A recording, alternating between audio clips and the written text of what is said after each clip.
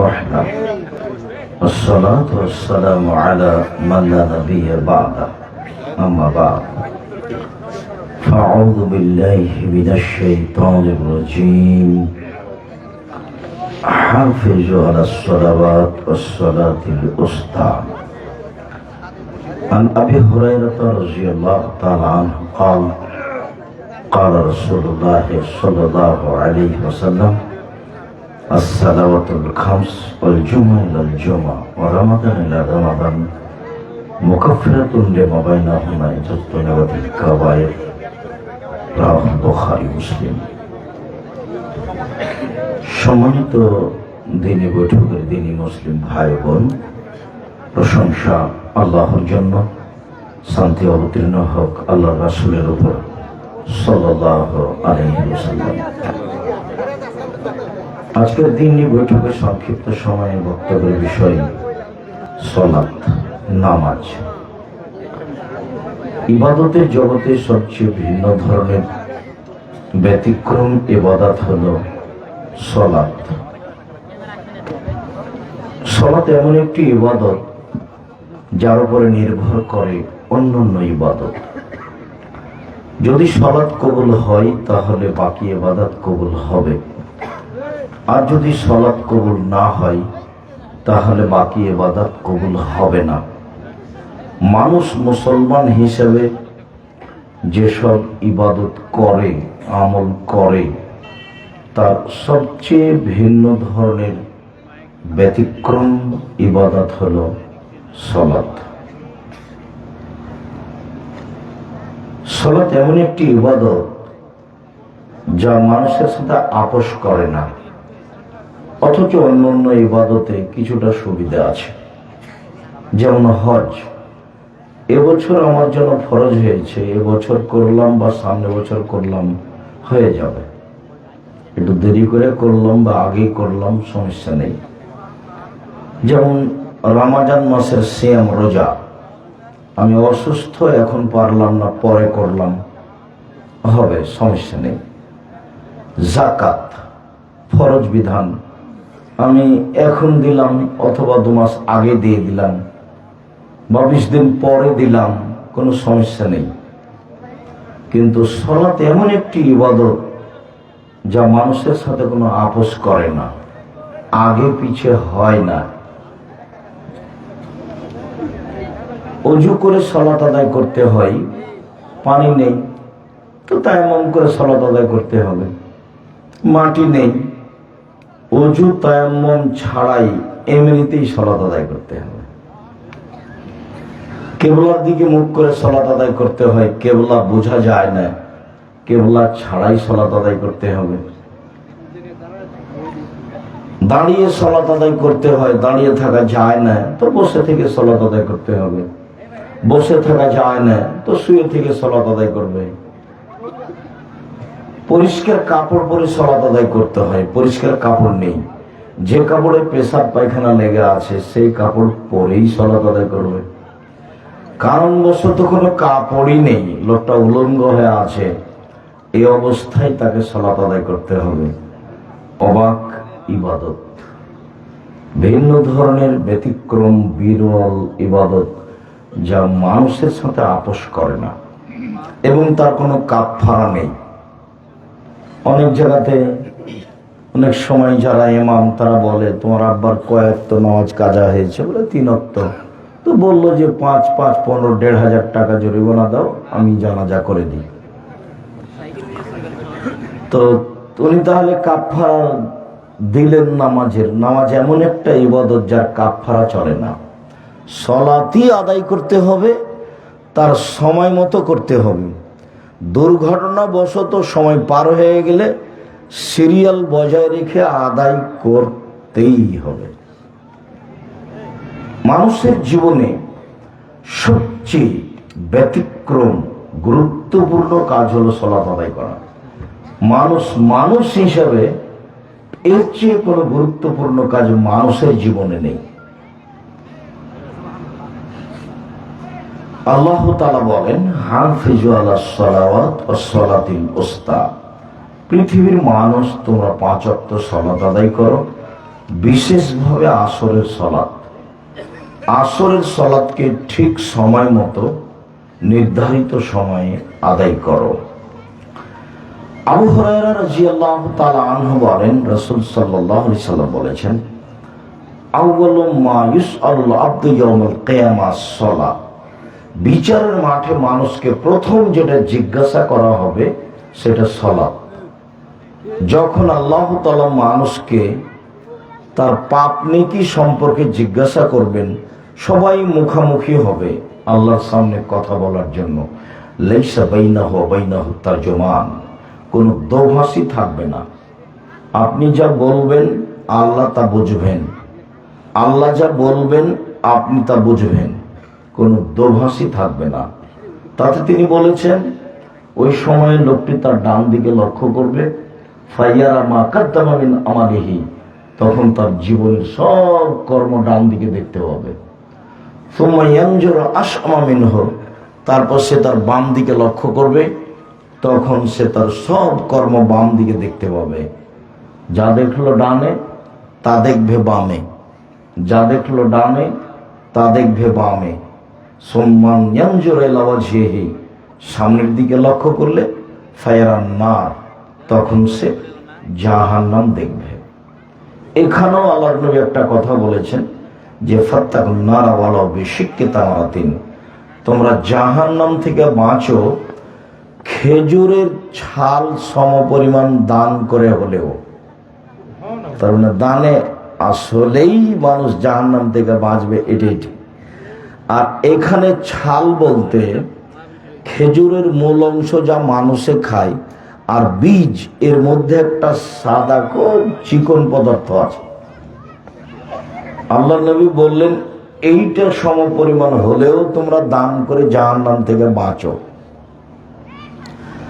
আর যখন আল্লাহ রাসূল মহিলাদের বললেন, তখন বললেন, ইয়া মাসার নিসা তাসাদ্দাকনা ফাইন্নী উরিতুকুন্না আকসার আলিন নার, মহিলারা শোনো, আমি তোমাদেরকে অধিকাংশই জাহান্নামে দেখছি।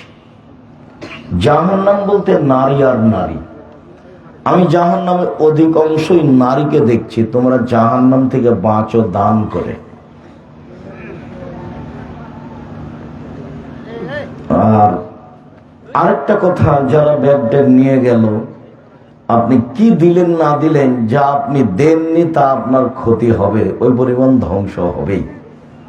আপনার পরিবারে অশান্তি নেমে আসবেই, কেউ ঠেকাতে পারবে না সময়ের গতিতে। যখন রাসূল সাল্লাল্লাহু আলাইহি ওয়াসাল্লাম দানের কথা বলেছেন, তখন তিনি এভাবে বলেছেন যে মা মিন ইয়াউমিন ইসবিহু ফিহি রাজুল ইল্লা ইয়ানজিলানি মালাকানি ও মালাকানি ইয়ানজিলানি, প্রত্যেক দিন সকালে দুইজন ফেরেশতা আকাশ থেকে নেমে আসেন। একজন বলেন আল্লাহুম্মা আতি লিকুল্লি মুনফিকিন খালাফা, আল্লাহ যে যতটুকু দিল তুমি তার ততটুকু পূর্ণ করে দাও। ওয়াকাল আখার, অপরজন বলেন আল্লাহুম্মা আতি লিকুল্লি মুমসিকিন তালাফা, আল্লাহ যে যতটুকু দিল না তুমি তার ততটুকু ধ্বংস করে দাও। হাদিস তো বুখারী মুসলিম। আপনি আর আমি কি বিবেচনা করব? বিবেচনার সুযোগ নেই, কথা এটাই। যার কারণে দানের যখন পরিবেশ আসে, তখন কম হলেও দান করে নিজেকে জাহান্নাম থেকে বাঁচাতে হবে, আর নিজের অর্থ সম্পদকে ক্ষতি থেকে বাঁচাতে হবে। দান করলে নিজে, আহাল পরিবার, জমি জায়গা, অর্থ সম্পদ সবকিছু নিরাপদে থাকে। আর দান না করলে সবকিছুর উপরে ক্ষতি, সমস্যা, বালা মুসিবত একটার পর একটা নেমে আসবে। আর মনে রাখা ভালো হবে যে দান হলো ইবাদত, এবং ইবাদতের জগতে সবচেয়ে শক্তিশালী ইবাদত। সালাত আদায় করে জান্নাত পাওয়া যায়, যেতে পারে, জান্নাত কিনা যায় না। হজ করে জান্নাত পাওয়া যায়, যেতে পারে, জান্নাত কিনা যায় না। সিয়াম পালন করে, রোজা থেকে জান্নাত পাওয়া যায়, যেতে পারে, জান্নাত কিনা যায় না। তাসবিহ তাহলিল জিকির আজকার করে, কোরআন তেলাওয়াত করে জান্নাত পাওয়া যায়, যেতে পারে, জান্নাত কিনা যায় না। কিন্তু দান এমন একটা ইবাদত যা দিয়ে জান্নাত কিনা যায়। আল্লাহ তাআলা বলছেন, আমি জান্নাত বিক্রি করলাম তোমাদের টাকা এবং তোমাদের জানের বিনিময়ে। এই দুটো আমাকে সময়ের গতিতে বুঝিয়ে দাও, আমি তোমাদের কাছে জান্নাত বিক্রি করে দিলাম। এই কথা আল্লাহ তাআলা বলেন, আর এইভাবে মুহাম্মদ সাল্লাল্লাহু আলাইহি ওয়াসাল্লাম বলেন। সম্মানিত দিনী ভাই বোন, প্রথমে মানুষকে বিচার মাঠে সালাত নামাজ সম্পর্কে জিজ্ঞাসা করা হবে। ফাইন সালাহাত সালাহু সায়রা আলাইহি, যদি তার সালাত কবুল হয় সব ইবাদত কবুল করা হবে। ফকিরকে 10টা টাকা দিয়েছে, সেটা কবুল হবে। হজ করেছে, সেটা কবুল হবে। ওয়াইন ফাসাদাত ফাসাদাল্লাহু সায়রা আলাইহি, আর যদি সালাত কবুল না হয়, এটা যদি বাতিল হয়ে যায়, তাহলে সব ইবাদত বাতিল বলে গণ্য হবে। আল্লাহ সব ক্রস চিহ্ন দিয়ে দেবেন, সব বাতিল। এক অবাক ইবাদত সালাত, এমন একটি ইবাদত যার উপরে নির্ভর করে অন্যান্য ইবাদত। এই ছেলে, এই যে বাহিরে গল্প করছে, পাড়াতে কোনো দেখাশোনা করার ছেলে নেই, কোন শরমে গল্প করো? তোমার একটু শরম লজ্জা হয় না কেন?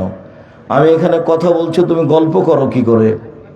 আমি তো তোমার জন্য এসেছি। তোমার এতটুকু বোধোদয় নেই, বোধগম্য নেই, তোমার হিতাহিত জ্ঞান নেই। তুমি নিজেকে মানুষ মনে করো না, গরু ছাগল মনে করো, পশু প্রাণী মনে করো। আমি কথা বলছি, তুমি গল্প করছো কি করে?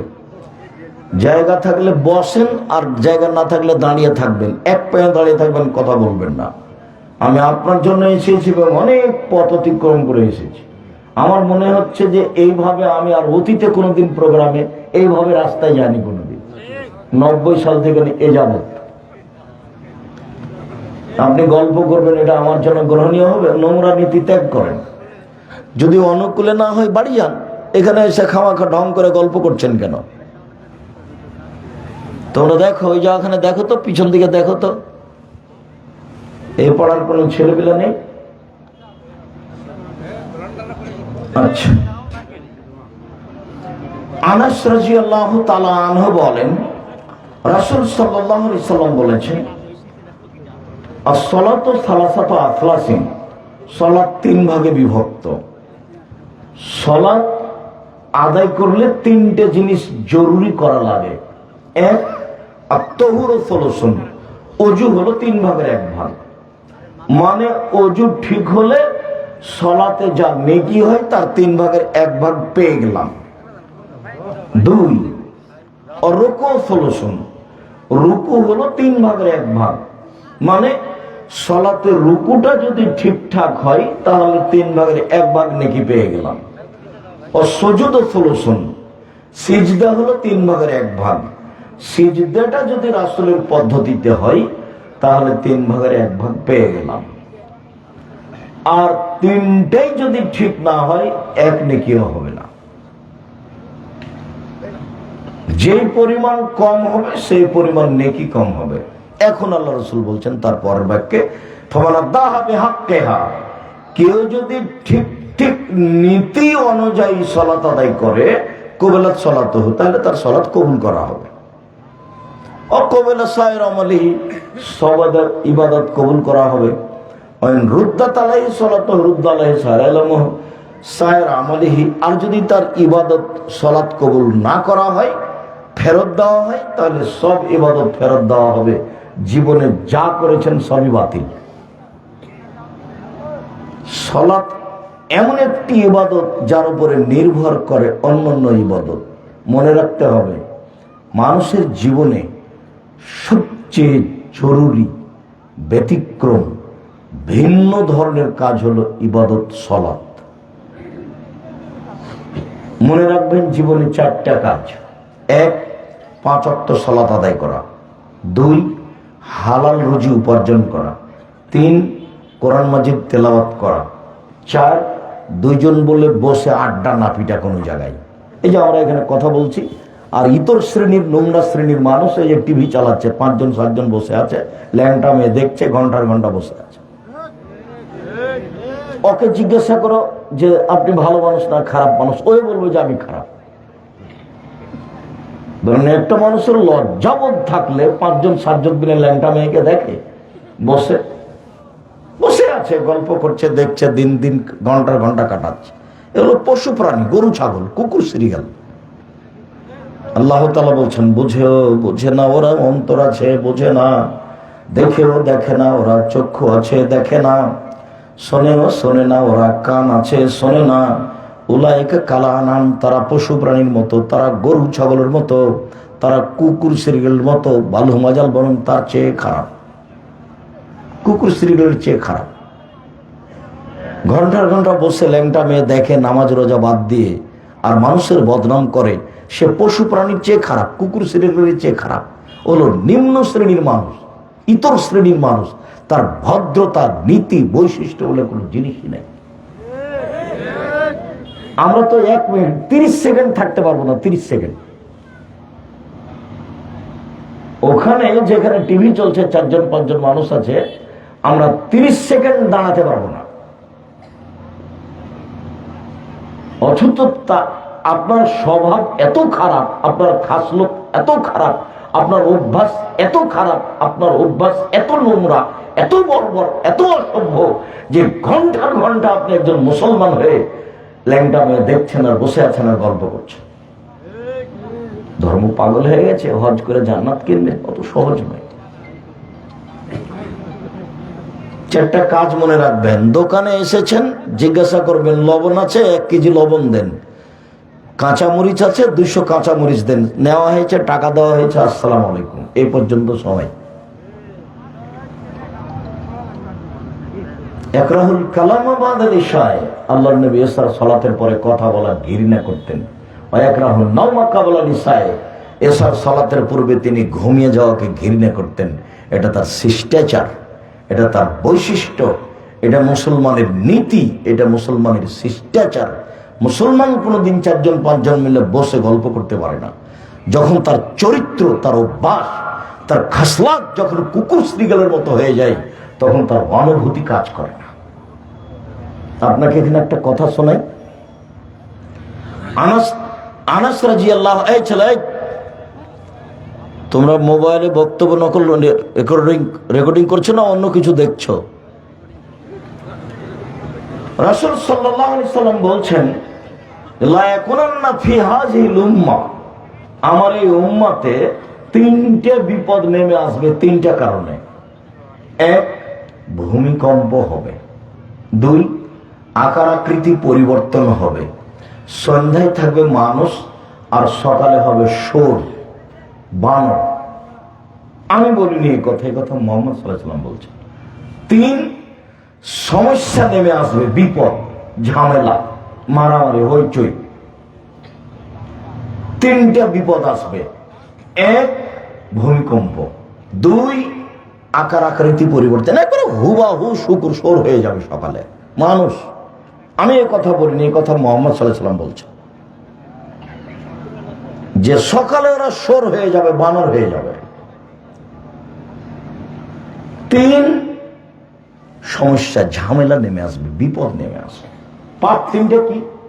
1, এটা সারেবুল খমরা, যখন মানুষ মদ খাবে, বিড়ি, তামাক, জর্দা, সিগারেট, গুল, নেশাদার দ্রব্য যখন খাবে, তখন এই 3টে বিপদ নেমে আসবে। 2, জারাতুল কায়নাত, মেয়েরা যখন নাচবে, সব দোকানে মেয়ে নাচে, প্রায় সব মোবাইলে মেয়ে নাচে, প্রায় সব বাড়িতে মেয়ে নাচে। সেই দিন কখন চলে আসবে আপনার অজান্তেই, আপনি টেরও পাবেন না, যে সকালে দেখবে আপনাকে মানুষ, আপনি শোর হয়ে গেছে। তো হবেই, আল্লাহ রাসূলের মুখের কথা। মেয়েরা যখন নাচবে, সব মোবাইলে মেয়ে নাচে, প্রায় সব দোকানেই মেয়ে নাচে, প্রায় সব বাড়িতে মেয়ে নাচে।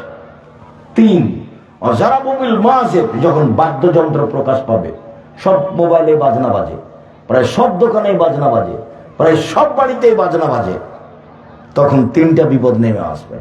1, ভূমিকম্প হবে। 2, মানুষ শোর হয়ে যাবে, সন্ধ্যায় থাকবে মানুষ, সকালে হবে শোর, বানর।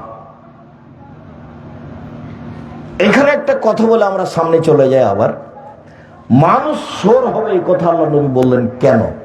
বানর হবে এই কথা বললেন কেন? বলতেন যে কুকুর শ্রীগাল হয়ে যাবে, বলতেন যে সাপ ব্যাং হয়ে যাবে।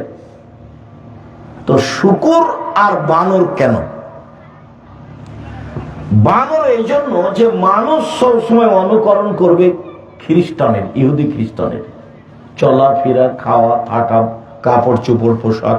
এ দেখেন মাথার চুল উপর চতুর্দিক ছাড়া আছে, উপরে বড় চুল আছে, গেঞ্জি গায়ে দেওয়া আছে, পিছনে 10 লেখা আছে। ওটা দেখতে দেখতে সলাৎ শেষ।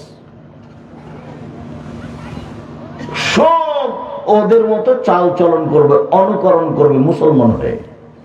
মেয়ে, আপনার মেয়ে, আপনি হজ করেছেন, মেয়ে মাস্টার ডিগ্রি পাস করেছে, স্কিন পায়জামা পরে আছে, অঙ্গ প্রত্যঙ্গ সব দেখা যাচ্ছে। ইহুদি খ্রিস্টানদের সাথে আমার উম্মত মিশে যাবে। মিশে যাওয়াটাকে তিনি এইভাবে বললেন যে ডান হাতের বিঘত যেমন বাম হাতের সমান সমান সমান। আমার উম্মত ইহুদি খ্রিস্টানের সাথে নিয়মে, চলাফেরাতে, পোশাক আশাকে, খাওয়াতে, থাকাতে, খাতা কলমে মিশে যাবে সমান সমান। আবার বললেন ডান পায়ের জুতা যেমন বাম পায়ের সমান, হাজুয়ার নাল বিনাল, এই দুটো যেমন সমান সমান, আমার উম্মত ইহুদি খ্রিস্টানদের সাথে মিশে যাবে তেমন সমান সমান। এই কথা বলে এবার তিনি ভাষাগত নিচে নামতে লাগলেন।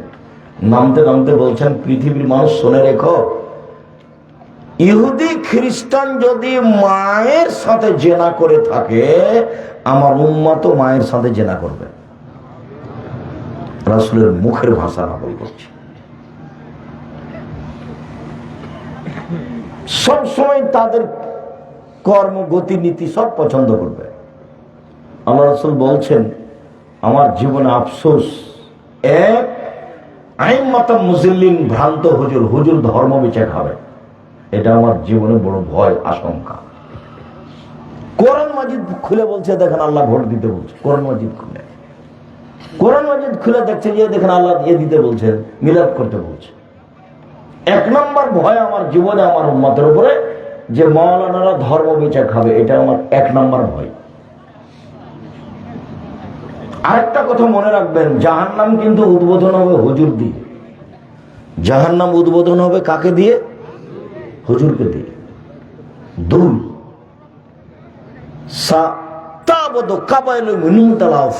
আমার উম্মত মূর্তি পূজা করবে। ঢাকায় এক বাড়িতে গেছি, তো বলছে আব্দুল রাজাক সাহেব, আমি আমার মাকে খুব ভালোবাসি। দেখেন সুন্দর করে মাকে সাজিয়ে ওই ভালো করে কাটটার দিয়ে ঝুলিয়ে রেখেছে, যে আমার মাকে আমি খুব সম্মান করি। তো আমি বললাম যে আপনি ইতর শ্রেণীর মানুষ, আপনি কুসন্তান। বলেন কি আপনি? আপনার মা আপনাকে রেখে যাওয়া, আপনার মায়ের যেন অভিশাপ, আপনি একটা কুসন্তান।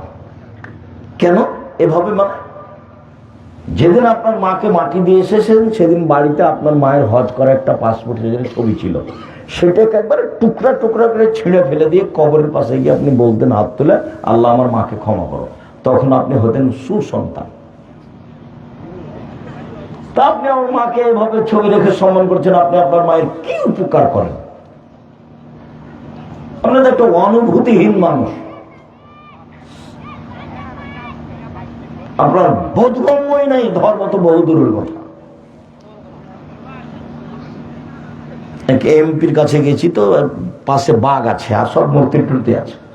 কার কি কাজে যেন গেছিলাম, তো কিছু ভাইজান এগুলো একটু নামাতে হবে, সরাতে হবে। তো বলছে আর আমি খাঁটি আহলে হাদিস। মূর্তি পাশে রেখে আপনি খাঁটি আহলে হাদিস? তো যাক, মনে কিছু নিয়েন না, আমি যাই। আপনি না নামালে আমি এখানে বসতে পারি না।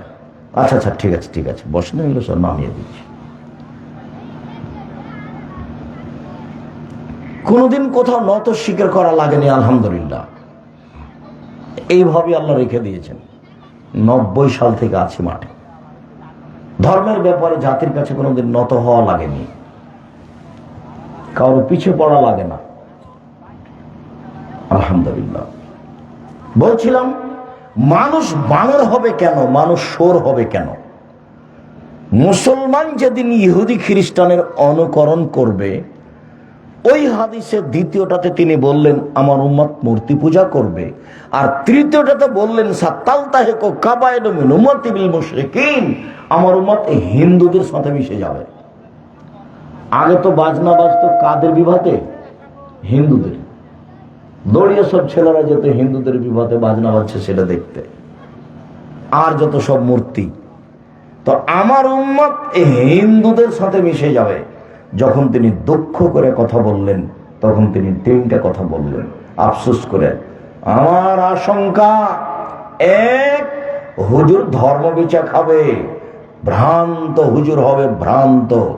দুই, আমার উম্মত মূর্তি পূজা করবে। তিন, আমার উম্মত হিন্দুদের সাথে মিশে যাবে।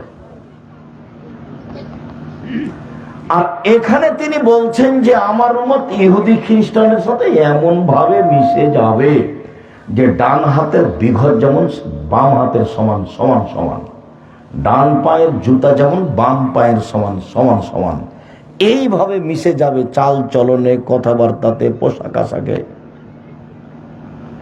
আপনার মেয়ে মানুষ পুরুষের পোশাক পরে আছে, মাথার সামনের দিক চুল ছোট করে আছে,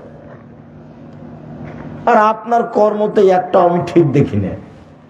আপনি একটা আপনার ছোট মেয়ের ছেলের জন্য পেশাব পায়খানার একটা পট কিনেছেন, সেটা ঘোড়া। আপনি একটা প্লেট কিনেছেন, সেটাতে চিংড়ি মাছ। আপনি একটা আয়না কিনেছেন, সেটা হলো রুই মাছ। আপনি একটা তরকারির বাটি কিনেছেন, সেটা কাতল মাছ। আপনি ছেলে মেয়ের জন্য পোশাক কিনেছেন, তাতে কার্টন আছে। তো আপনার কোনটা অংশ ভালো? সকালবেলা তো উঠে আপনার ছেলে মেয়ে ঠাকুরের গান গায়।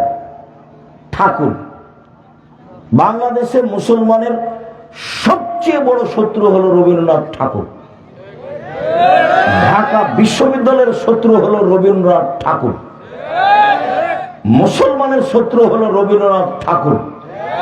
ইংরেজদের হাতে যেদিন আমরা জেলে হাজতে বিভিন্ন জায়গাতে নির্যাতিত, তখন ঠাকুর লন্ডনে আনন্দ করে। আর সেই ঠাকুরের গান আমার ছেলে মেয়ে দিন রাত বলে, ওমা তোমার আকাশ, ওমা তোমার বাতাস। ঠাকুর বলেছে, ও কালিমা তোমার আকাশ, ও কালিমা তোমার বাতাস। আমার ছেলে মেয়ে বলেনি, বলবে না ইনশাল্লাহ, আপনারটা বলেছে। আমি তো ঘৃণা করি, আমি তো বলেছি তোর বাপের আকাশ। 30 বছর আগে বলেছি।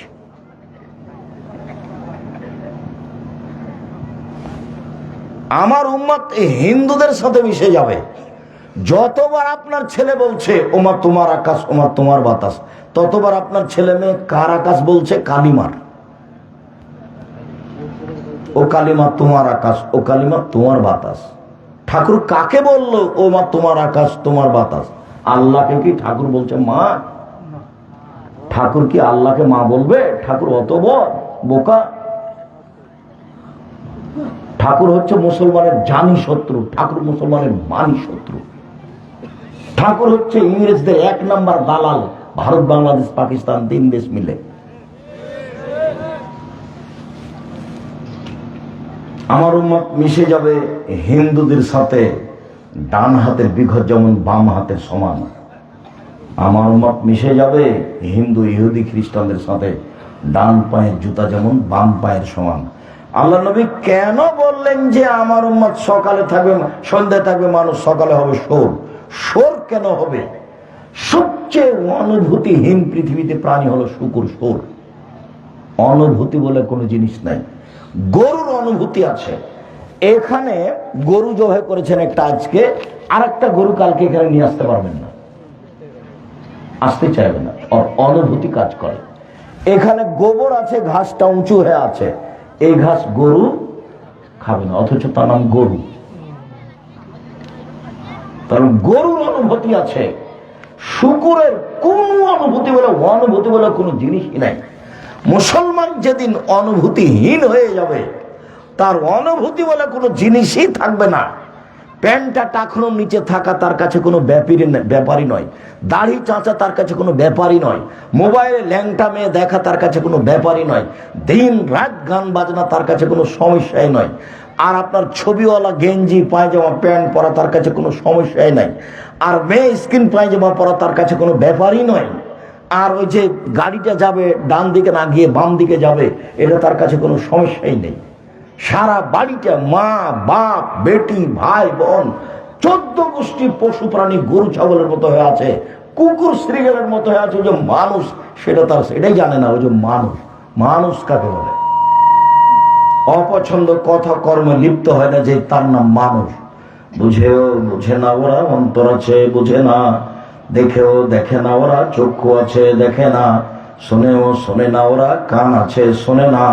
উলাইকা কাল আনাম, তারা পশু প্রাণীর মতো, তারা গরু ছাগলের মতো, তারা কুকুর শ্রীগেলের মতো, বালু মাজাল বরং তার চেয়ে খারাপ। খ্রিস্টান আব্রাহাম লিঙ্কনের পদ্ধতিতে মানুষ কোরআন হাদিস জাতির সামনে বাস্তবায়ন করতে চায়। অবাক কথা।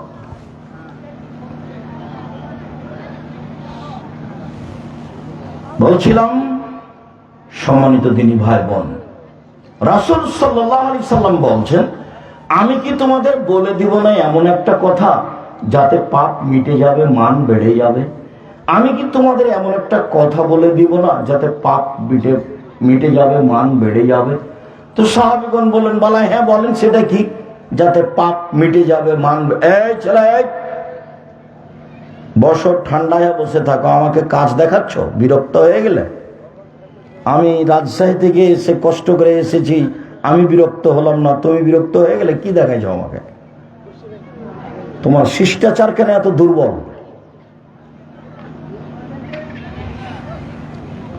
তো সাহাবীগণ বললেন, ঠিক আছে বলেন সেটা কি? তখন আল্লাহ রাসূল বললেন, ইসবাগুল ওযু, সুন্দর করে ওযু করলে পাপ মিটে যাবে, মান বেড়ে যাবে। 2, কাসরাতুল খুতাওয়াল মাসাজিদ, একটু পায়ে বেশি হেঁটে মসজিদে গেলে পাপ মিটে যাবে, মান বেড়ে যাবে। 3, ইন্তেজারুস সালাত বাদা সালাত, এক সালাতের নামাজের পরে আর এক সালাত পড়বো বলে অপেক্ষা করলে পাপ মিটে যাবে, মান বেড়ে যাবে। একদা আল্লাহ তাআলা আমাদের নবীকে বলছেন, হাল তাদরি ফিমা ইয়াহতাসিমুল বালাউল আলা, মুহাম্মদ সাল্লাল্লাহু আলাইহি ওয়াসাল্লাম আপনি কি বলতে পারেন উপরে কি নিয়ে হইচই হচ্ছে? তখন আল্লাহ রাসূল বললেন, হ্যাঁ আমি বলতে পারি উপরে কি নিয়ে হইচই হচ্ছে।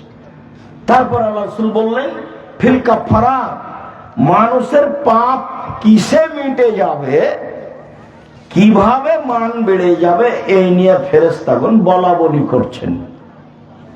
1, ইসবাগুল ওযু আলাল মাকারিহি, কষ্ট করে ভালো করে ওযু করলে পাপ মিটে যাবে, মান বেড়ে যাবে। 2, আল মাকসু ফিল মাসাজিদ বাদা সালাওয়াত, সালাতের পরে মসজিদে বসে তাসবিহ তাহলিল জিকির আজকার করলে পাপ মিটে যাবে, মান বেড়ে যাবে। 3, আল মাশয়ু আলাল আকদাম, মসজিদে বসে যিকর ফিল মাসাজিদ বাদা সালাওয়াত, সালাতের পরে মসজিদে বসে বসে জিকির আজকার করলে পাপ মিটে যাবে, মান বেড়ে যাবে। এই কথা বলার পর আল্লাহ রাসূল বলছেন, মান ফালা যালিকা আশাবে খাইরিন মাতাবে খাইরিন, এইটা যে করলো তার মরে যাওয়া ভালো, তার বেঁচে থাকা ভালো, তার মরে যাওয়া ভালো, তার বেঁচে থাকা ভালো। এইটুকু বলার পরে আল্লাহ নবী বলছেন, ওয়া কানা মিন খাতিতিহি কায়ামিন ওয়ালাদাতহু উম্মুহু, এরপরে লোকটা হয়ে যায় সেই দিনের মতো যেদিন তার মাতাকে জন্ম দিয়েছে, নিষ্পাপ হয়ে যায়। নিষ্পাপ হয় কিভাবে? 1, সুন্দর করে ওযু করলে। 2, পায়ে হেঁটে মসজিদে গেলে। 3, সালাতের পরে বসে বসে তাসবিহ তাহলিল জিকির আজকার করলে পাপ মিটে যায়, মান বেড়ে যায়। বেঁচে থাকা ভালো, মরে যাওয়া ভালো, বেঁচে থাকা ভালো, মরে যাওয়া ভালো। হয়ে গেছে সেই দিনের মতো যেদিন তার মাতাকে জন্ম দিয়েছে, নিষ্পাপ হয়ে গেছে। আরেকটা কাজে মানুষ নিষ্পাপ হয়, তা হলো হজ কবুল হলে মানুষ হয়ে যায় সেদিনের মতো যেদিন তার মাতাকে জন্ম দিয়েছে, নিষ্পাপ হয়ে যায়। আরেকটা কাজে মানুষ নিষ্পাপ হয়, অসুস্থ হওয়ার পরে যদি বলে আলহামদুলিল্লাহ, অসুস্থ হওয়ার পরে যদি বলে আলহামদুলিল্লাহ, তাহলে লোকটা হয়ে যায় সেদিনের মতো যেদিন তার মাতাকে জন্ম দিয়েছেন, নিষ্পাপ হয়ে যায়। আল্লাহ নবী বলছেন, বুখারী মুসলিমের হাদিস, কামার কর্মকার ভাটিতে হাপড়ে লোহা স্বর্ণ চাঁদি দিলে, ভাটিতে দিলে যখন লাল হয়ে যায়, তখন লোহা স্বর্ণ চাঁদের গায়ে যে ময়লা আছে, ওই ময়লাটা যেমন ঝরতে থাকে, মানুষের গায়ে জ্বর হলে মানুষের পাপ সেভাবে ঝরতে থাকে। বুখারী মুসলিমের। এখন তো মানুষের মাথা ব্যথা হলে সিঙ্গাপুর, ফকির যদি ভিক্ষা চায় তাহলে মাফ করো। ধৈর্যের তো আর কোনো হিসাব নেই। অসুস্থ অসুখ বিসুখ হয়, মানুষকে আল্লাহ জান্নাতে ভালো জায়গা দিতে চাচ্ছেন, তো এবাদতে পৌঁছিতে পারছে না, তখন আল্লাহ তাকে অসুখ বিসুখ দিয়ে আল্লাহ ওখানে পৌঁছে দেন। বেশি যদি দুরারোগ্য রোগ হয় তাহলে মানুষ বলে যে এ লোক খারাপ, সেই জন্য এরকম রোগ হয়ে আছে। মানুষ তো মানুষের মতো বলে, মানুষকে আর বিবেচনা করে? মানুষ তো পশু প্রাণীর মতো দিন কাটাচ্ছে, খায় হাগে আর দিন কাটায়।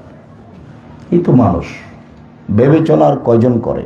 আল্লাহ কোরআন মাজিদে বারবার বলছেন, ওরা বিবেক চর্চা করে না, ওরা বিবেচনা করে না, ওরা আকলকে কাজে লাগায় না। মানুষ আকল বিবেচনাকে কাজে লাগায় না। বিবেচনাকে কাজে লাগাইলে ওই টিভির সামনে ঘন্টার ঘন্টা এভাবে 5 জন 10 জন 20 জন বসে থাকতে পারে? গরু ছাগলও থাকবে না ওইভাবে। 4টে জিনিস মনে রাখেন: 1 5 ওয়াক্ত সালাত, 2 হালাল রুজি, 3 কোরআন তেলাওয়াত। প্রত্যেক দিন অন্তত সূরা ইখলাস 3 বার পড়ে আল্লাহকে বলবেন এই যে কোরআন মাজিদ পড়লাম। 4 আড্ডা পিটা নিষেধ, চিরদিনের জন্য আড্ডা পিটা হারাম। 2 জন যেখানে বসে আছে সেখানে বসবেন না। কথা থাকলে দাঁড়িয়ে কথা বলে চলে যাবেন, ওখানে বসাই নিষেধ। আড্ডা পিটা চিরদিনের জন্য হারাম। যেটা মুরব্বীরা বসে বসে টিভির সামনে আড্ডা পিটছে, মাথায় টুপিও আছে, আর একজনের বদনামও করছে সুন্দর করে। সম্মানিত দিনী ভাই বোন, আমি এখানে আরেকটা হাদিস বলে আপনাদেরকে আমি সালাতের একটু বাস্তব দেখাই। দয়া করে কোনো কাজ দেখাবেন না আমাকে, বিরক্তি দেখাবেন না আমাকে, আমি আপনার জন্য এসেছি। তিতা লাগলেও বসে থাকবেন, মিঠা লাগলেও বসে থাকবেন, আমি নির্বাচনে আসিনি। উবাদ ইবনে সামিত রাদিয়াল্লাহু তাআলা আনহু বলেন, রাসূল সাল্লাল্লাহু আলাইহি সাল্লাম বলেছেন, আস-সালাতুল খামস ইফতারাজাহুল্লাহু তাআলা।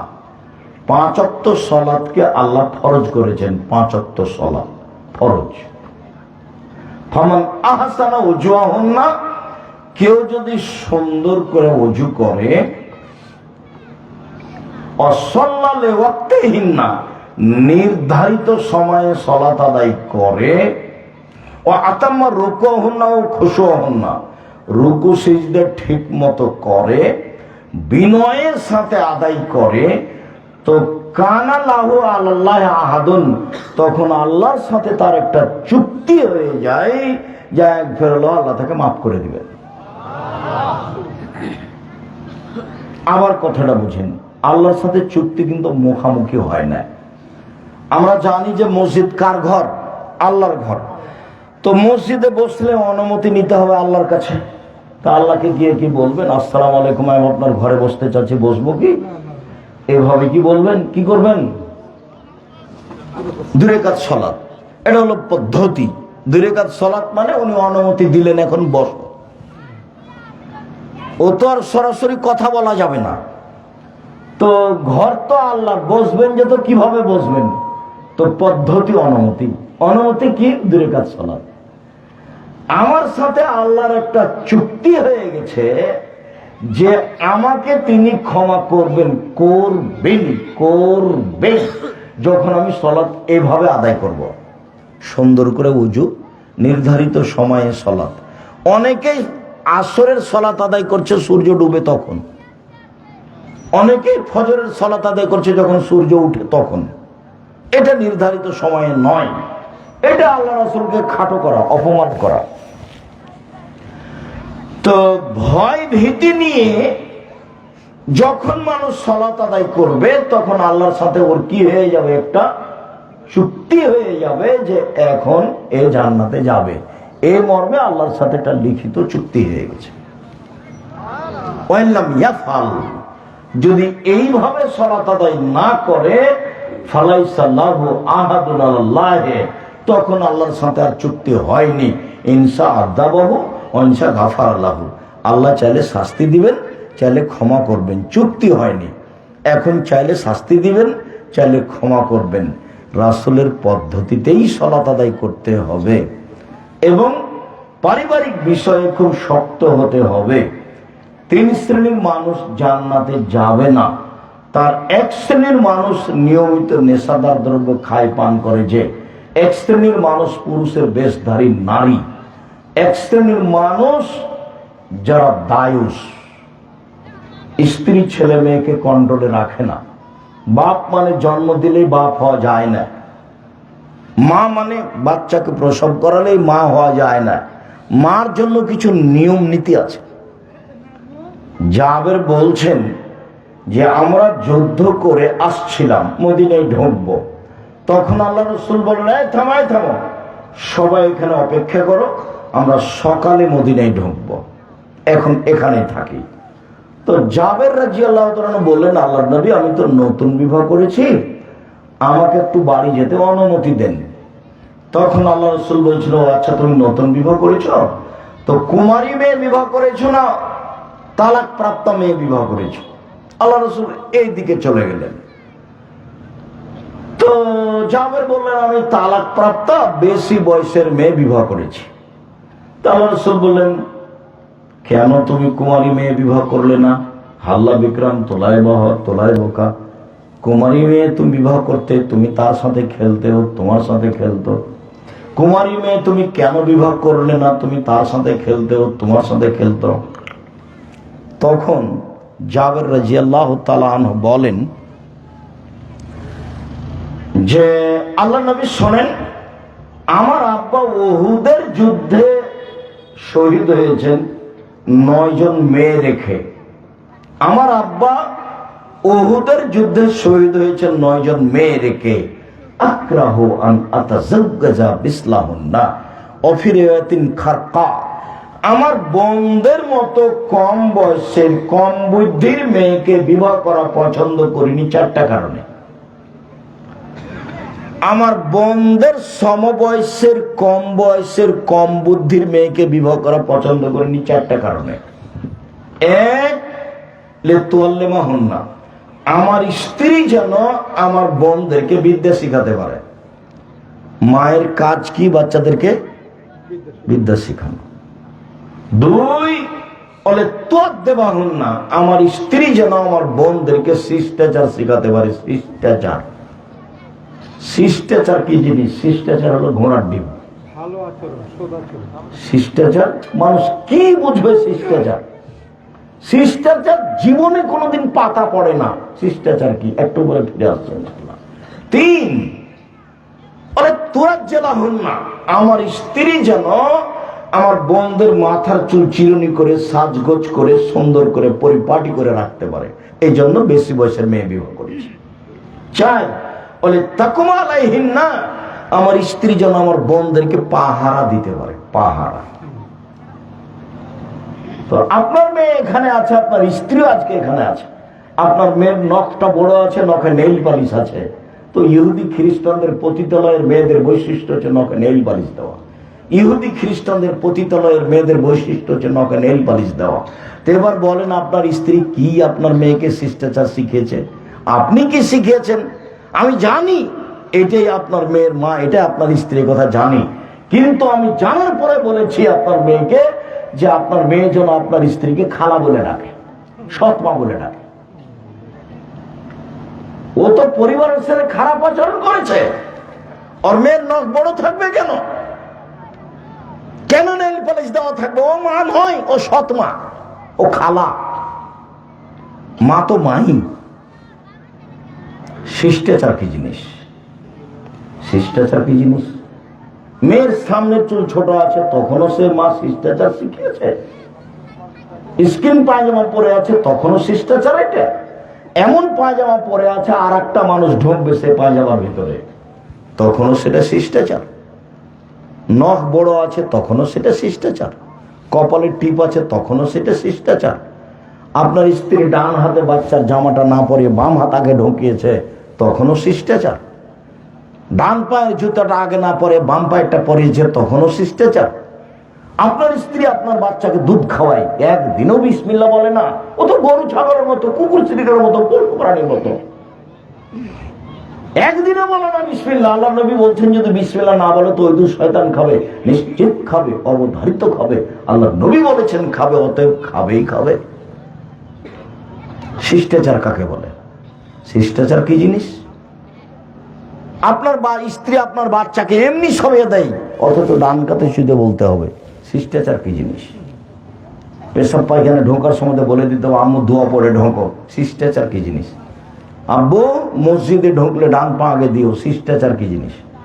মানুষ সামনে পড়লে সালাম দিও, শিষ্টাচার কি জিনিস? বাসা থেকে বের হলে সালাম দিয়ে বের হবে, শিষ্টাচার কি জিনিস? বাড়িতে ঢুকলে সালাম দিয়ে ঢুকবে, শিষ্টাচার কি জিনিস? শিষ্টাচার কাকে বলে? আপনার পুরো জীবনটা মানুষের মতো নয়। আপনি কষ্ট নিয়েন না, আপনাকে আমি কষ্ট দিতে আসিনি। এটা তো গায়বান্ধা। আব্দুর রাজ্জাক সাহেব, গায়বান্ধা মানে কি বলতে চান? গায়বান্ধা মানে বলতে চাই যে এরা যৌতুক নেই। গায়বান্ধা মানে বলতে চাই যে এরা বনকে জমি দেয় না। অন্য জেলা তো আছে, তবে এই জেলায় বেশি দেই নেই। তো তখন আমি ছেলেটাকে বললাম যে দেখো, তোমার বাপকে যদি আমি কুকুর শ্রীলের চেয়ে খারাপ প্রমাণ করতে না পারি, বক্তব্য দেবো না। তোমার দাদা 10 বছর হলো মরা, 15 শতক জমি রেখে গেছে, তোমার ফুফু নিবে 5 শতক আর তোমার দাদা নিবে 10 শতক। তোমার বাপ নিবে সকালে আর তোমার ফুফু নিবে বিকালে, এটাই প্রমাণ করো দেখি। তোমার ফুফু জমি চাইলে তোমার বাপ খেপে ওঠে, যা যা চলে যা, এসছিস কেনে, এখন যা, তুই এখন যা।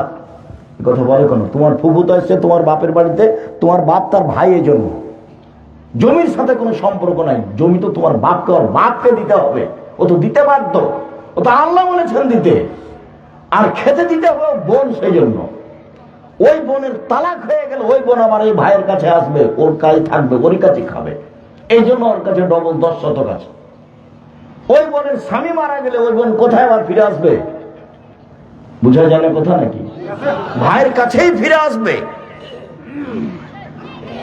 আপনার আব্বা মারা গেলে আপনার যত বাপের বন্ধু বান্ধব ছিল সব কোথায় আসবে? আপনার কাছে আসবে। আপনি হচ্ছেন এই পিতার ছেলে, আত্মীয় স্বজন দেশবাসী সব আপনার কাছে আসবে। এই জন্য আপনার কাছে আছে 10 শতক জমি, আর আপনার বোনের কাছে আছে 5 শতক জমি। সব সম্পর্ক আপনার উপরে আছে।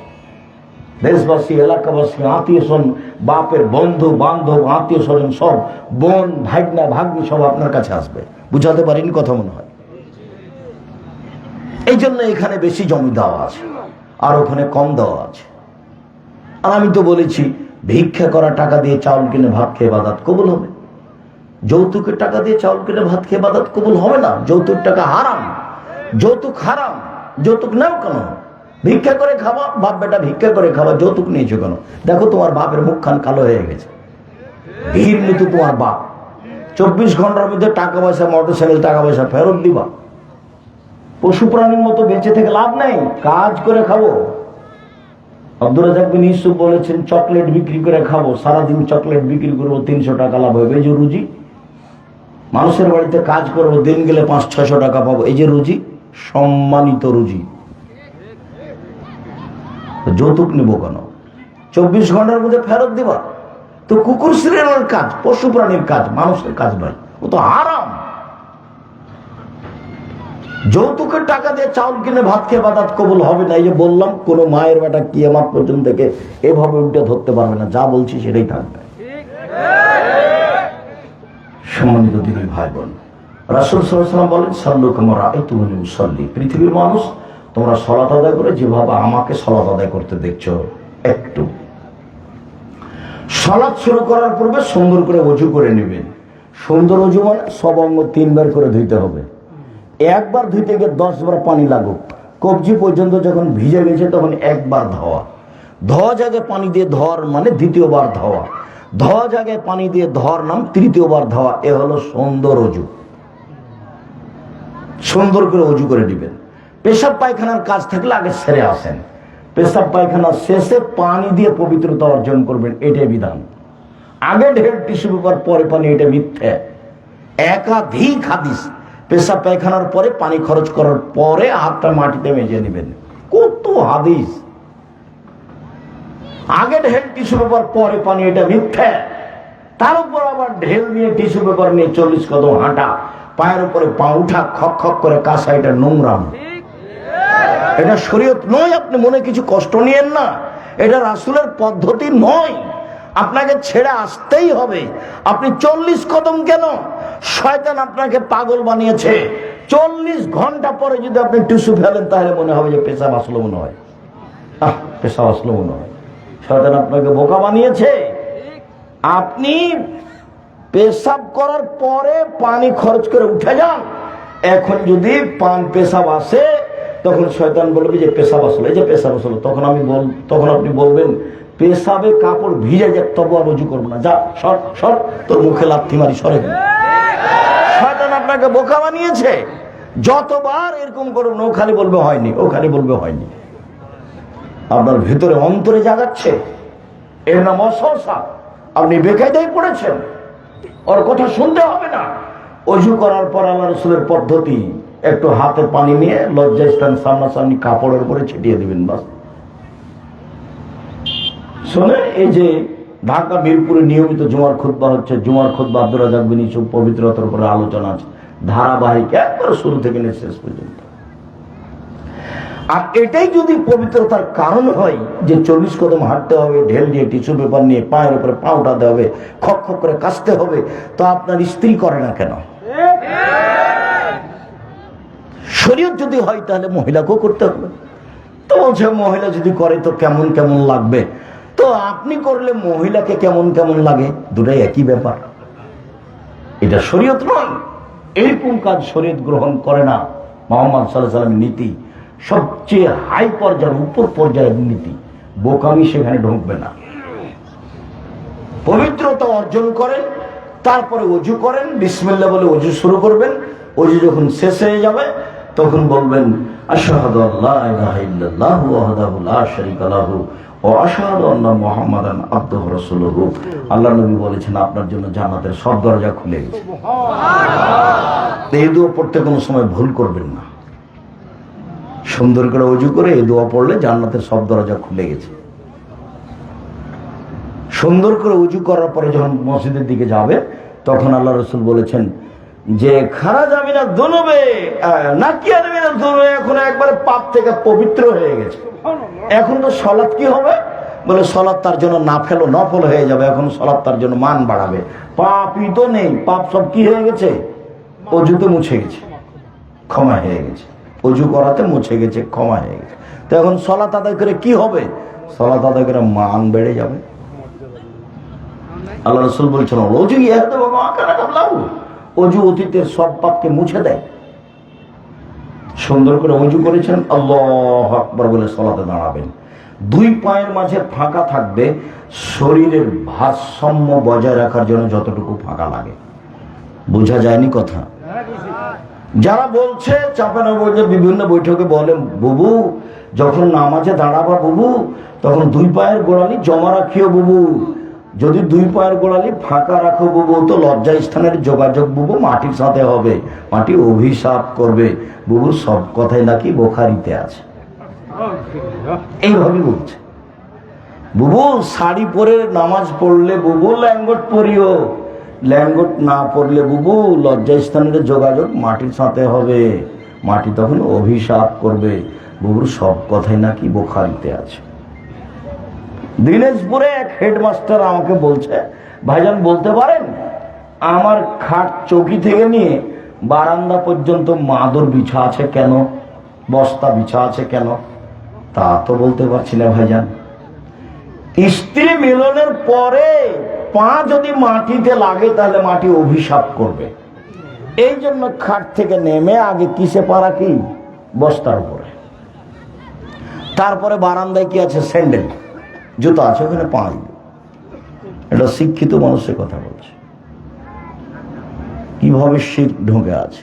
আর এটা তো গায়েবান্ধা বাড়ি ঘর তেমন নেই, সব ফাঁকা। ওখানে এক বউ রান্না করছে, এখানে এক বউ, সব ঢুকলে সবাই দেখতে পাই সবাকে। সাতক্ষীরার মতো। সাতক্ষীরা মানে আব্দুর রাজ্জাক সাতক্ষীরা মানে ওইদিকে একটা ঘর এইদিকে একটা ঘর, মধ্যে গরুর গাড়ির রাস্তা। এটা বাড়ি নয়, বাড়ি চতুর্দিক ঘেরতে হবে, ইট দিয়ে নয়, টিন দিয়ে নয়, ছালা বস্তা দিয়ে। একটা দরজা থাকবে, বিসমিল্লাহ বলে রাতে দরজা বন্ধ করতে হবে, সালাম দিয়ে ঢুকতে হবে। দরজাই নাই, সবই যে ফাঁকা। ট্রেন স্টেশনের মতো যে মনে হচ্ছে। যাযাবরী জীবন যাপন, এই জীবন চলবে না, এটা বাতিল। যমুনার ওই পারে মানুষের ডবল বাড়ি, একটা ভেতর বাড়ি একটা বাহির বাড়ি। ভেতর বাড়িতে মহিলারা থাকে, বাহির বাড়িতে কাজের লোক থাকে। আর যমুনার এই পারে সাতক্ষীরের মতো। অবাক কথা, কি যে ব্যাপার। আর এটা তো গাইবান্ধা, আমার তো প্রায় সব নীতি জানা আছে। দুঃখিত, কেন যে এরকম বর বসে থাকলে এইভাবে বসে থাকতে হবে। আমি তো আর, আমার তো ওটা জানা নাই। এখন মোহরের কথা আমি বলছি নিজে, তখন আমার মামা শ্বশুরতে বৈঠকতে লাফ দিয়ে উঠে গেল। লাফ দিয়ে উঠে গিয়ে বাড়িতে গিয়ে বলছে আমার শাশুড়িকে, বিবাহ বন্ধ করে দাও, বিবাহ উঠিয়ে দাও, বিবাহ উঠিয়ে দাও। জামাই যদি বিবাহের বৈঠকের কথা বলে তাহলে এই জামাই ভালো নয়, এটা বাদ দাও, এটা উঠিয়ে দাও, বিবাহ কর দেওয়া হবে না। দিয়ে একবারে ব্যাগ বলতে রাগ করে বাড়িতে চলে গেল। হ্যাঁ, টাকা দিব, আমি আর কথা বলবেন আপনি। এটা হলো বরই কথা বলবে, বর বলে বসে থাকতে হবে মুখের মধ্যে, কেবলা মুখিয়ে কি ঢং একটা। এটা তো আরো অবাক, গাইবান্ধার জন্য অবাক হতে হয়। এটা আবার রাজশাহীতে আমি দেখিনি। অবাক সেটা কি, তো চ্যাংড়া পিলে ছুল্লু মানুষজন সবাই গেছে মেয়েটার কাছে বিবাহ পড়াবে। হুজুর গেছে, বলে অমুক নিবাসী উময়কে এত টাকা নগদ, এত টাকা বাকি, তোমাকে বিবাহ করতে এসেছে, তুমি তাকে স্বামী সত্ত্বে কবুল করো। তখনও বলছে কবুল করলাম, তো 2-3 বার বলিয়েছে। এবার এরা এসে ওই যেখানে বর বসে আছে সেখানে দাঁড়িয়ে আছে। তখন বসে থাকা লোকগুলো বলছে আপনারা কে? তখন বলছে আমরা এই বিবাহের উকিল। মেয়ে কবুল করেছে? জি করেছে। আপনারা শুনেছেন? জি শুনেছি। মনে হচ্ছে হিন্দুদের বিবাহ লেগেছে, কলার গাছের চতুর্দিকে ঘুরে ধর্ম পাগল হয়ে গেছে। গাইবান্ধায় এসে ধর্ম পাগল হয়ে গেছে। সম্মানিত দিনী ভাই বোন, আল্লাহু আকবার। কার সামনাসামনি, কানের লতি ধরতে হবে না, কানের লতিতে আঙ্গুল ঠেকাতে হবে না। কাঁধ সামনাসামনি, আঙ্গুলগুলি জমা জমা থাকবে। ডান হাতের কবজি বাম হাতের কবজির ওপরে, সহিহ হাদিস। ডান হাত বাম হাতের বাহুর ওপরে, সহিহ হাদিস। দুটাই ঠিক। বুকের ওপরে রাখবেন 5টি সহিহ হাদিস। নাভির নিচে রাখবেন 3টি জয়ীফ হাদিস। আমল না করে এখানে আমল করেন, ভালো হবে। আপনাকে আমি কষ্ট দিতে আসিনি, আমারটা মানেন এই কথা আপনাকে আমি বলতেও আসিনি। জীবনে কোনোদিন আমি কাউকে তুচ্ছ করে কথা বলি না। কোনোদিন মাঝাবকে নিয়ে একটা পাতা পড়িনি। দীর্ঘ 30 বছরে, 90 সাল থেকে 34 বছরে, 35 বছর চলছে, ওই পাতা আমি পড়ি না। কেউ যদি আমাকে ধুয়ে ছেড়ে দেয় তো আমি তার নামটা মুখে নিয়ে। এখানে হাত বেঁধে আপনি দোয়া পড়ুন। আল্লাহু আকবার বলার পূর্বে আপনি কোনো কথা বলবেন না। আল্লাহু আকবার এমন পাওয়ারফুল শব্দ যে আল্লাহু আকবার বলার পূর্বে বিসমিল্লাহ চলবে না। ওই যে ওযু করেছেন, দোয়া পড়েছেন, বাস আল্লাহু আকবার। আল্লাহু আকবার বলার পূর্বে কোনো দোয়া পড়বেন না, যার নাম হচ্ছে নিয়াত। সশব্দে নিয়াত করলে রাসূলকে অপমান করা হবে, ইবাদত কবুল হবে না। আল্লাহু আকবার বলে আপনি বলবেন আল্লাহুম্মা বা'id বাইনি ওয়া বাইনা খাতায়ায়া কামা বা'adta বাইনাল মাশরিক ওয়াল মাগরিব। আল্লাহুম্মা নাক্কিনি মিনাল খাতায়া কামা ইয়ানক্কা আস-সাওবুল আবিয়্যু মিনাদ দানাস। আল্লাহুম্মা আগসিল খাতায়ায়া বিল মা'i ওয়াস-সালজি ওয়াল বারাদ। হে আল্লাহ, আমার থেকে আমার পাপকে অত দূরে রাখো, পূর্ব পশ্চিম যত দূরে আছে, পাপ যেন আমার পাশে না আসে। তুমি আমাকে ধুয়ে পরিষ্কার করে দাও পাপ থেকে, যেমন ভাবে সাদা কাপড়কে ময়লা থেকে ধুয়ে পরিষ্কার করা হয়। তুমি আমাকে পাপ থেকে ধুয়ে দাও, বরফ দিয়ে, তুষার দিয়ে, ঠান্ডা পানি দিয়ে ধুয়ে দাও। আমার পাপকে একবার ধুয়ে মুছে আমাকে পরিষ্কার করে দাও। আউযু বিল্লাহি মিনাশ শাইতানির রাজিম। বিতাড়িত শয়তান থেকে পরিত্রাণ চাচ্ছি। বিসমিল্লাহির রহমানির রহিম। পরম দাতা দয়ালু আল্লাহর নামে আরম্ভ করছি। আলহামদুলিল্লাহি রাব্বিল আলামিন। বিশ্ব জগতের প্রতিপালকের প্রশংসা। আর রহমানির রহিম, তিনি হচ্ছেন পরম দাতা দয়ালু। মালিক ইয়াউমিদ্দিন, তিনি হচ্ছেন বিচার দিনের মালিক। ইয়াকা না'বুদু, একমাত্র তোমার ইবাদত করি। ওয়া ইয়াকা নাস্তাইন, একমাত্র তোমার কাছে সাহায্য চাই। ইহদিনাস সিরাতাল মুস্তাকিম, তুমি আমাকে সোজা সঠিক পথ দেখাও। সিরাতাল্লাযিনা আন'আমতা আলাইহিম, ওদের পথ দেখাবে তুমি যাদের প্রতি দয়া করেছো। গায়রিল মাগদুবি আলাইহিম ওয়ালাদ-দাল্লিন, ওদের পথ দেখাও না যাদের প্রতি তুমি অসন্তুষ্ট হয়েছ, যারা ভ্রান্ত, তাদের পথ তুমি দেখাও না। আমিন। দীর্ঘ সময় ধরে তোমার পর দরবারে যে দোয়া করলাম, প্রার্থনা করলাম, এটা তুমি কবুল করো। বিসমিল্লাহির রহমানির রহিম। পরম দাতা দয়ালু নবী আরম্ভ করলাম, কুল আল্লাহু আহাদ। হে নবী আপনি বলুন, আল্লাহুস সামাদ, আল্লাহ একক নিরপেক্ষ মুখাপেক্ষীহীন। লাম ইয়ালিদ, তিনি কাউকে জন্ম দেননি। ওয়ালাম ইউলাদ, তিনি কারো থেকে জন্ম নেননি। ওয়ালাম ইয়াকুল লাহু কুফুওয়ান আহাদ, তার সমকক্ষ কেউ নেই। আল্লাহু আকবার। হাত ওই পর্যন্ত উঠাবেন, খুলে নিয়ে যেভাবে প্রথমবার উঠিয়েছে। তারপরে রুকুতে যাবেন। রুকুতে যাওয়ার পূর্বে দু একটা কথা, পিঠের হাতটা একবার লম্বা করে রাখবেন, মাথা উঁচু হবে না, নিচেও হবে না। হাত দুটি রডের মতো সোজা হয়ে থাকবে, আঙ্গুল খোলা খোলা থাকবে, হাঁটু চেপে ধরে থাকবেন। কোমর থেকে সামনের ওজন হাতের উপরে থাকবে, কোমর থেকে সামনের ওজন হাতের উপরে থাকবে, আঙ্গুল খোলা খোলা থাকবে, হাঁটু চেপে ধরে থাকবেন। বলবেন সুবহান রাব্বিল আযীম। উঁচু আল্লাহর পবিত্রতা বর্ণনা করছি যতবার পারে। 3-এর বর্ণনা ঠিক নয়, 10-এর ঠিক নয়, 5-এর ঠিক নয়, যে যা পারে বলুন সুবহান কুদ্দুসুন রব্বুল মালাইকাতুর রূহ। বলুন সুবহানাকা আল্লাহুম্মা রাব্বানা ওয়া বিহামদিকা আল্লাহুম্মা ইগফিরলি। হে আল্লাহ, তোমার প্রশংসা সহকারে তোমার পবিত্রতা বর্ণনা করছি, তুমি আমাকে ক্ষমা করো। বলুন সুবহান জিল জাবরুতি ওয়াল মালাকুতি ওয়াল কিবরি ওয়াল আজমা। যে শব্দ মুখস্থ আছে আপনি বলেন। এরপরে বলেন সামি আল্লাহু লিমান হামিদা রাব্বানা লাকাল হামদ হামদান কাসীরান তাইয়িবান মুবারাকান ফি। ওই পর্যন্ত হাত উঠে হাত ছেড়ে দেন, একবার সোজা হয়ে দাঁড়িয়ে থাকবেন। সব হাড়ের মাথাগুলি স্ব স্থানে যাবে। একবার সোজা হয়ে থাকতে হবে হাত ছেড়ে। যদি আবার বুকে হাত বাঁধেন তাহলে স্ব স্থানে থাকবে না। একবারে সোজা হাত ছেড়ে দিয়ে থাকতে হবে। আল্লাহ উল্লেখ করে প্রশংসা শুনল, যে তার প্রশংসা করলো, খুব তার প্রশংসা, বরকতময় তার প্রশংসা। মিলাল সামাওয়াতে, আকাশ পরিমাণ প্রশংসা, মিলাল আর জমিন পরিমাণ প্রশংসা, মিলামা বাইনাহুমা, আকাশ জমিনের মধ্যে যে ফাঁকা আছে সেই পরিমাণ প্রশংসা, মিলামা শিতা মিন শাইইন বা'দ, যত চাও তত প্রশংসা। আমি তো জানি না কত তোমার প্রশংসা, তুমি যত চাও তত তোমার প্রশংসা। দাঁড়িয়ে দাঁড়িয়ে বলেন। তারপরে সিজদায় যাওয়ার পূর্বে আপনার সাথে জরুরি কথা, হাত যেন জড়া না থাকে, সব খুলে দিতে হবে। পায়জামা প্যান্ট যদি জড়াতে হয় টাকনো নিচে রাখাই হারাম। যদি জড়াতেই হয় তাহলে কোমরে জড়াতে হবে, নিচে থেকে নয়, এটা নিষেধ। সব কিছু সিজদা করতে চাই। মহিলারা মাথার চুল বেনি গেঁথে রাখবে, না হলে খোপা খুলে রাখবে, খোপা অবস্থায় নয়। বেনি গেঁথে রাখবে, না হলে খোপা খুলে রাখবে। সিজদা করতে যাচ্ছে, চুল কাপড় চুপড় সব সিজদা করতে যাচ্ছে। তারপরে জরুরি যেটা, সেটা হলো এই যে 7 হাড়ের উপরে সিজদা করতে বলা হয়েছে। নাক কপাল 1, 2 হাত 3, 2 হাঁটু 5, 2 পায়ের বৃদ্ধাঙ্গুল 7। এই 7টা লেগে থাকবে। সিজদার সময় যদি পা উঠে পা চুলকান তাহলে এটা আদেশের অমান্য করা হলো। আদেশকে অমান্য করে উঠাতে পারবেন না। পা হাত যদি গা চুলকাতে হয় তাহলে সিজদায় গিয়ে উঠে এসে চুলকাবেন। সিজদায় আছে তখন হাতটা দিয়ে গা হাত চুলকাবেন না। কেন? সিজদা কয় হাড়ের উপরে হবে?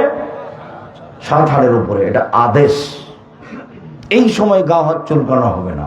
বলুন সুবহান রাব্বিল আলা, যতবার ইচ্ছা বলুন। সুবহান কুদ্দুসুর রব্বুল মালাইকাতুর রূহ, যতবার ইচ্ছা বলুন। সুবহানাকা আল্লাহুম্মা রাব্বানা ওয়া বিহামদিকা আল্লাহুম্মা ইগফিরলি। বলুন আল্লাহুম্মা ইগফিরলি যামবি কুল্লাহু দিক্কাহু জুল্লাহু ওয়ালাহু আখিরাহু নিয়াতু সিররা। আর যত হাদিসের দোয়া মুখস্থ আছে বলতে থাকেন। সিজদায় বেশি বেশি দোয়া কবুল হয়। উঠে আসেন, আল্লাহুম্মা ইগফিরলি ওয়ারহামনি ওয়াহদিনি ওয়াফিনি ওয়ারযুকনি। হে আল্লাহ, তুমি আমাকে হেদায়েত দান করো, আমার প্রতি দয়া করো, আমাকে ক্ষমা করো, আমাকে খেতে দাও। 2 সিজদার মাঝে আল্লাহর কাছে রুজি চাওয়া হয়। আবার সিজদায় যাবেন, দোয়া পড়বেন, উঠে আসেন, এ হলো 1 রাকাত। আবার এভাবে পড়বেন, এ হলো আরেক রাকাত। এবার আত্তাহিয়াতুর যদি বৈঠক হয় তাশাহুদে, তাহলে বাম পায়ের পাতার উপরে বসে থাকবেন, ডান পা খাড়া করে রাখতে হবে, আর আঙ্গুল বাম হাতের এইভাবে জমা জমা থাকবে, আর ডান হাতের এইভাবে থাকবে। দেখে। আর যদি সালামের বৈঠক হয় তাহলে বাম পাকে ডান দিকে বের করে দিবেন, নিতব্য পিছনটা মাটির উপরে রেখে দিবেন, ডান পা বাম দিকে বের করে দিবেন, ডান পা এভাবে খাড়া হয়ে থাকবে, মাথা আঙ্গুলের মাথা কেবলামুখী থাকবে। নিতম্বের উপরে বসে বলবেন আত্তাহিয়াত, তারপরে পড়বেন দরুদ, তারপরে পড়বেন দোয়াই মাসুরা, তারপরে যত দোয়া কোরআন হাদিসের আছে মুখস্থ আপনি বলতে পারেন। আমার পক্ষ থেকে যেটা পরামর্শ আছে, সেটা অবশ্যই সালামের পূর্বে বলবেন, রব্বির হামহুমা কামা রাব্বায়ানি সগীরা। হে আমার প্রতিপালক, তুমি আমার বাপ মাকে দেখো আমাকে বাল্য অবস্থায় যেভাবে দেখেছিল। কিছুই না করতে পারলে অন্তত এটা বলেন, জমি জগা তো ভোগ করছেন, বাড়িঘর তো ভোগ করছেন, ভুলেও তো বাপ মার নাম নেন না। আপনি ভালো ছেলে যদি না নেন, তো আপনার ছেলেরা আপনার নাম নেবে, এটা আপনি মনে করছেন? মরলে দুনিয়া শেষ। বয়স একদিন ছিল 40, তারপর দেখলেন 60, তারপর দেখলেন নেই। আমার শ্বশুর যখন পিছনে পিছনে আসতেন, লাঠি নিয়ে আর বারবার বলতেন, টাকাটা দেখে রাখো, ব্যাগ বকটা দেখে রাখিও, ছেলেদের দেখে রাখিও। তা আমি মনে মনে বলতাম, এত কি আর বলা লাগে, কিন্তু আমি কোনো সময় প্রকাশ করতাম না। কিন্তু আমি বলতাম, এমন একদিন আসবে, এনে আর আমার পিছে পিছে আসবেন না। মরণ একদিন আসবো, বইয়ের ভূমিকা লেখা আছে, দেখেন, মরণ একদিন আসবো, ওই বইয়ের ভূমিকায় লেখা আছে, তারপর একদিন নেই। এটাই জীবন, এ দিয়ে কিছু করতে চাইেন না। দাম্ভিকতা দেখিয়ে, ক্ষমতা দেখিয়ে, মানুষের প্রতি জুলুম অত্যাচার করে একদিন বাঁচার চেষ্টা করিয়েন না। সবসময় নরম হয়ে বাঁচবেন, নরম। দাম্ভিকতা দেখিয়ে, ক্ষমতা দেখিয়ে, মানুষকে অপমান করে, খাটো করে, জেল হাজতে দিয়ে একদিন বাঁচার চেষ্টা করিয়েন না। আপনাদের নেত্রীর বয়স মাত্র 45 মিনিট। জুলুম করলে সে নেমে আসবে। ফেরাউনের ১৫০০ বছর রাজত্ব, তারপরও পানিতে ডুবে গেছে। নিরুপায় দেখবেন পৃথিবীতে, দেখেন না খুলনার অঘোষিত সম্রাট এরশাদ শিকদার, মেয়ের মাথাতে একটু হাত দেওয়ার সুযোগ হয়নি। দেখবেন পৃথিবী কেমন, দেখেন না রাতে রাতে দেশ দখল, প্রেসিডেন্ট সাদ্দাম কিভাবে চলে যেতে হলো। ক্ষমতা দেখায় না, ক্ষমতাই নাই, বাস জিরো মানুষ।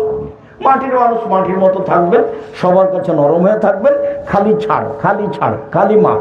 আচ্ছা যাক, অন্যায় করেছো মাফ করে দিলাম, খালি ছাড়, খালি ছাড় দেওয়া, খালি মাপ, হ্যাঁ তোকে দেখে নিব, তার মানে আপনি একদিন মিটে যাবেন। এটা থাকবে না, এটা শেষ। এরপরে আসসালামু আলাইকুম রহমতুল্লাহ, আসসালামু আলাইকুম রহমতুল্লাহ। এখন জিকির, আস্তাগফিরুল্লাহ, আরো জিকির, আয়াতুল কুরসি। 5 ওয়াক্ত সালাতের পরে আয়াতুল কুরসি পড়বেন, তাহলে জান্নাতে চলেই গেছেন। ঢোকেননি কেন? মরেননি এই জন্য। আয়াতুল কুরসি পড়াতে অভ্যাসী হবেন, লাফ দিয়ে দাঁড়াবেন না। সালামের পরে দাঁড়িয়ে গেছে পরে বের হচ্ছে আগে, কি যে ঢং শুরু করেছে। পাপ মিটে যাবে, মান বেড়ে যাবে, পাপ মিটে যাবে, মান বেড়ে যাবে। বেঁচে থাকা ভালো, মরে যাওয়া ভালো, বেঁচে থাকা ভালো, মরে যাওয়া ভালো। হয়ে যাবে সেই দিনের মতো যেদিন তার মাতাকে জন্ম দিয়েছে, নিষ্পাপ হয়ে যাবে। 1, সুন্দর করে ওযু। 2, পায়ে হেঁটে মসজিদ যাওয়া। 3, সালাতের পরে বসে বসে তাসবিহ তাহলিল জিকির আজকার করা। পাপ মিটে যাবে, মান বেড়ে যাবে, পাপ মিটে যাবে, মান বেড়ে যাবে। বেঁচে থাকা ভালো, মরে যাওয়া ভালো। হয়ে যাবে সেই দিনের মতো যেদিন তার মাতাকে জন্ম দিয়েছে, নিষ্পাপ হয়ে যাবে। ক্ষমতা দেখাবেন না, দলীয় দাপট দেখাবেন না, দল সংগঠন করে আর একজনের বদনাম করে দিন কাটায়েন না। ও আপনাকে খেতেও দিবে না, ও আপনাকে পাল্টা টেনে জাহান্নামে নিয়ে যাবে। খালি থাকেন, পয়সা উপার্জন করেন, হয় দিন মজুরি করে, না হয় চকলেট বিক্রি করে, না হলে ব্যবসা করে। তবে ব্যবসা সবচেয়ে ভালো। চকলেট থেকে শুরু করে একবারে কোটিপতি পর্যন্ত ব্যবসা করেন, ব্যবসা করে খান, এটা সবচেয়ে ভালো। গাইবান্ধার পল্লী এলাকার মানুষ রুজি উপার্জন করেন দিন মজুরি করে। শ্বশুরের কাছে 10 টাকা নিয়ে রুজি উপার্জন করতে হবে না, ভুল সিদ্ধান্ত। আল্লাহ, তুমি আমাদেরকে তোমার রাসূলের পদ্ধতি অনুযায়ী চলার তৌফিক দান করো। আজকের আলোচনা শুনছিলাম, বিভিন্ন আলোচনা সহ সালাতের উপরে। রাসূলের পদ্ধতিতে তুমি আমাদেরকে সালাত আদায় করার তৌফিক দান করো। আমাদের যারা মারা গেছে তুমি তাদের কবরের শাস্তি মাফ করো। আমরা যারা অসুস্থ তুমি তাদের আরোগ্য দান করো। আমরা এই দেশে যেন আহাল পরিবার নিয়ে নিরাপদে বসবাস করতে পারি, এই সুযোগ তুমি দাও।